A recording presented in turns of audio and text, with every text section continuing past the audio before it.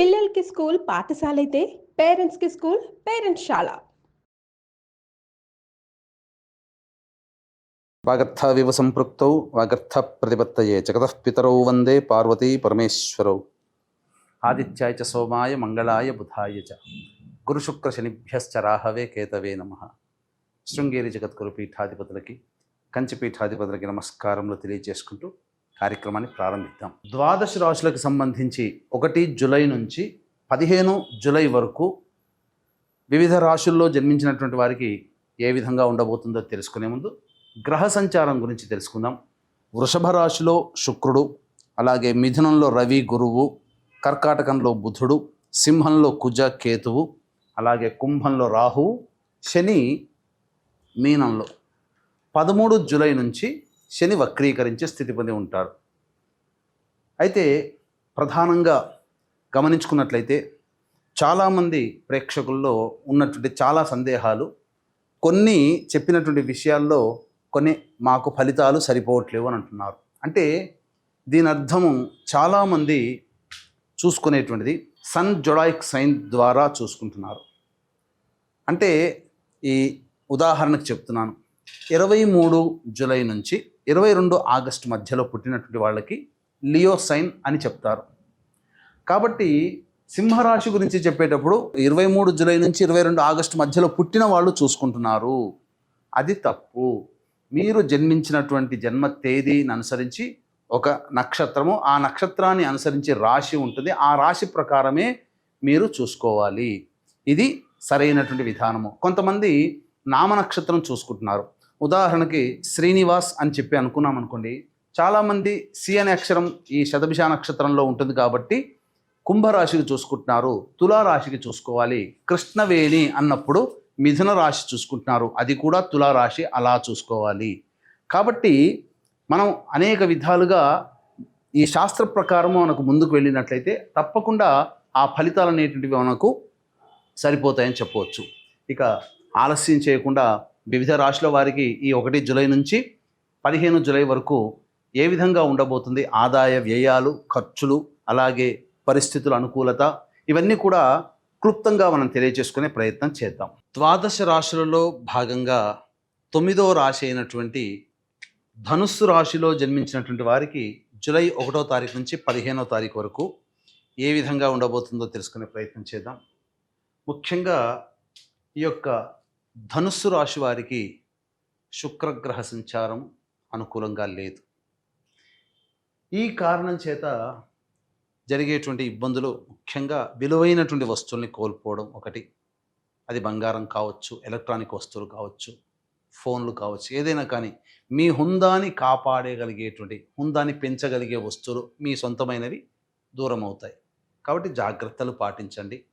నిర్లక్ష్యం వద్దు ఏ దానిపైన కానీ. ముఖ్యంగా స్త్రీలతో కానీ, ఇంట్లో ఉన్నటువంటి మహిళలతో కానీ, అనగా భార్య, తల్లి, చెల్లి, అక్కయ్య, వీళ్ళందరితో కానీ చాలా మృదువుగా సంభాషణ చేయండి, ప్రేమగా మాట్లాడండి, వాగ్వివాదాలు పెట్టుకోకండి. ఎందుకంటే అనవసరమైనటువంటి వివాదాలు పెరిగే అవకాశం ఉంటుంది.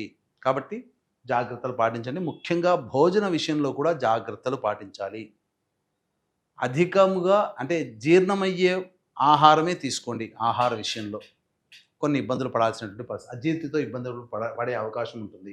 ఇక గురుగ్రహ సంచారము అనుకూలంగా ఉన్నటువంటి కారణం చేత ఇది వరకు ఏదైనా పనులు ఆగిపోయి ఉంటే అవన్నీ కూడాను పెద్దల యొక్క సహాయ సహకారాలతో ఆ పనులని పూర్తి చేసుకుంటారు.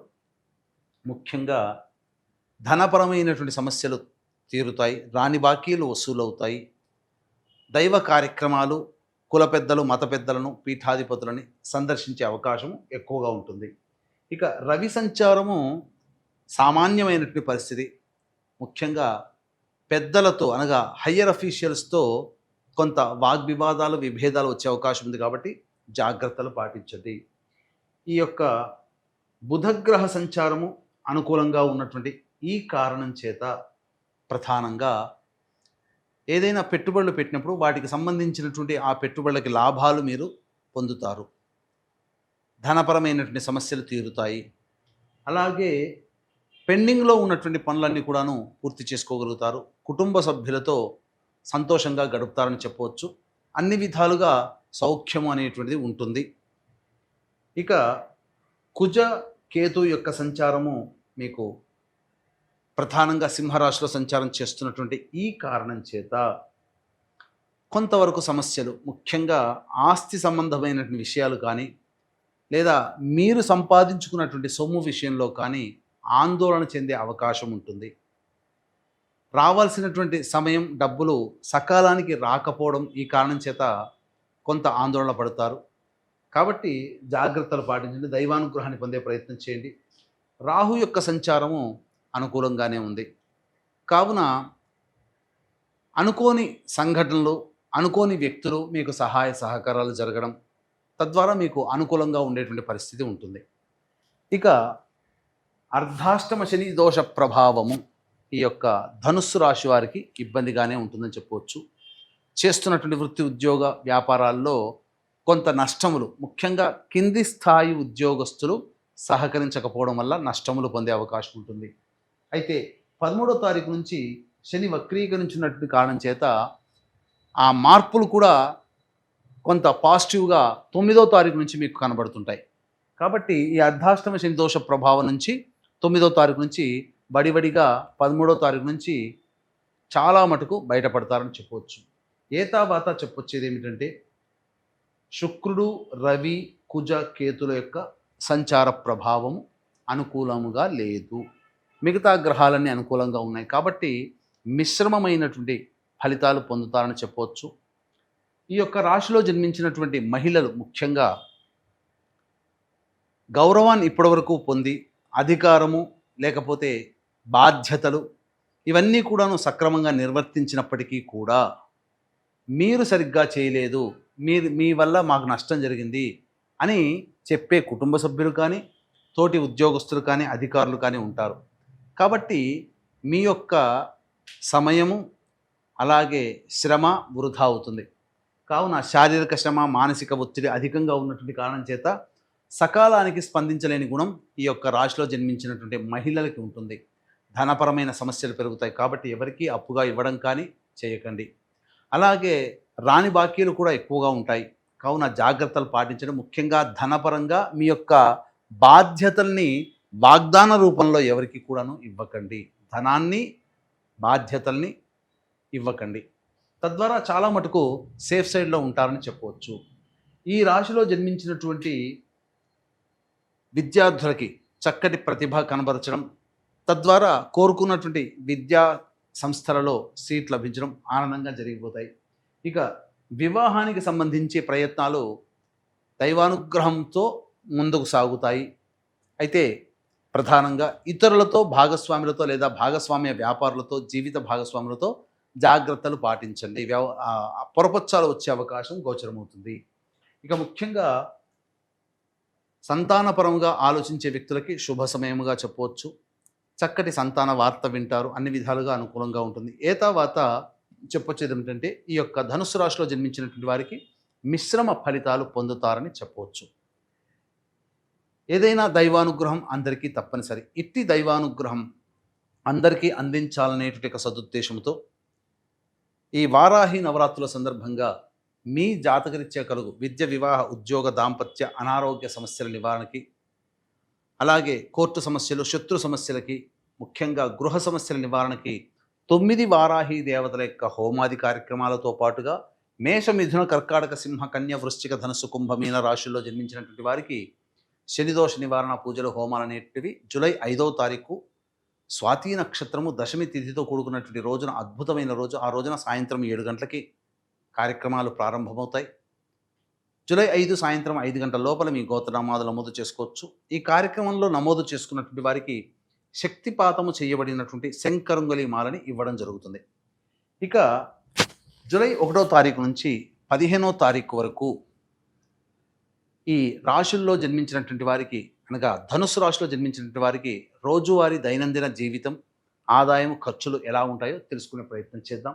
2, 3, 4, 5, 6 తేదీలలో ధనపరమైన సమస్యలు తీరుతాయి. ఉద్యోగపరంగా బాధ్యతలు పెరుగుతాయి. అన్ని విధాలుగా అన్ని రంగాలలో ఉన్నటువంటి వారికి చక్కటి శుభ సంకేతాలు ఏర్పడబోతున్నాయి.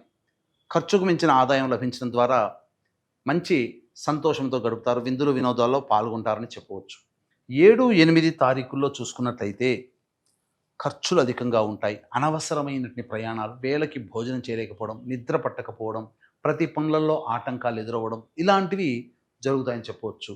9, 10, 11 తేదీల్లో పెండింగ్లో ఉన్నటువంటి పనులని పూర్తి చేసుకుంటారు. అలాగే పాత స్నేహితుల్ని కలుసుకునే అవకాశం ఉంటుంది. సంతోషంగా గడుపుతారు. ఆదాయం కూడా చాలా చక్కగా ఉంటుంది. 12, 13 తేదీల్లో కుటుంబ సభ్యులతో వాగ్వివాదాలు పెరుగుతాయి. కావున అన్ని విధాలుగా యోగదాయకంగా ఉండని పరిస్థితి. ధనము కూడా ఖర్చు అధికంగా ఉంటుంది. అలాగే మనస్సు ప్రశాంతంగా ఉండదు. ఏదో ఒక ఇబ్బంది తొలిచివేస్తుంది. తండ్రి తరపు వారితో విభేదాలు ఏర్పడే అవకాశం ఉంటుంది. 14, 15 తేదీల్లో రాని బాకీలు వసూలవుతాయి. అన్ని విధాలుగా అనుకూలంగా ఉంటుంది. ముఖ్యంగా ఈ యొక్క కింది స్థాయి వాళ్ళు సహకరించినటువంటి కారణం చేత మీకున్నటువంటి సమస్యలన్నీ కూడాను పూర్తి చేసుకునే వెసులుబాటు కలుగుతుంది.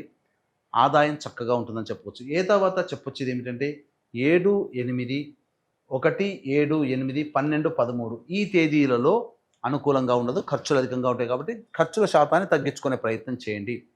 ఇక జాతకరీత్యా ఈ ధనుస్సు రాశి వారికి మిశ్రమమైనటువంటి ఫలితాలు కలుగుతాయి. కావున వచ్చేటువంటి సమస్యల నివారణకి సర్వదేవకృత లక్ష్మీ స్తోత్రము, సుబ్రహ్మణ్య భుజంగ స్తోత్ర పారాయణం చేసుకున్నట్లయితే చాలా మటుకు సమస్యలు తగ్గుముఖం పడతాయి. ఇప్పుడు చెప్పినటువంటి వాటికంటే ఇంకా ఎక్కువగా జీవితంలో సమస్యలు ఎదుర్కొంటున్నారు అనుకున్నప్పుడు దగ్గరలోని మంచి ఉపాసనా పరులైనటువంటి జ్యోతిష్యుల్ని సంప్రదించి వారి సలహాలు సూచనలు పాటించినట్లయితే మరింత మెరుగైనటువంటి జీవితాన్ని పొందుతారని తెలియజేస్తూ సర్వం శ్రీ ఉమామహేశ్వర పరబ్రహ్మార్పణమస్తు.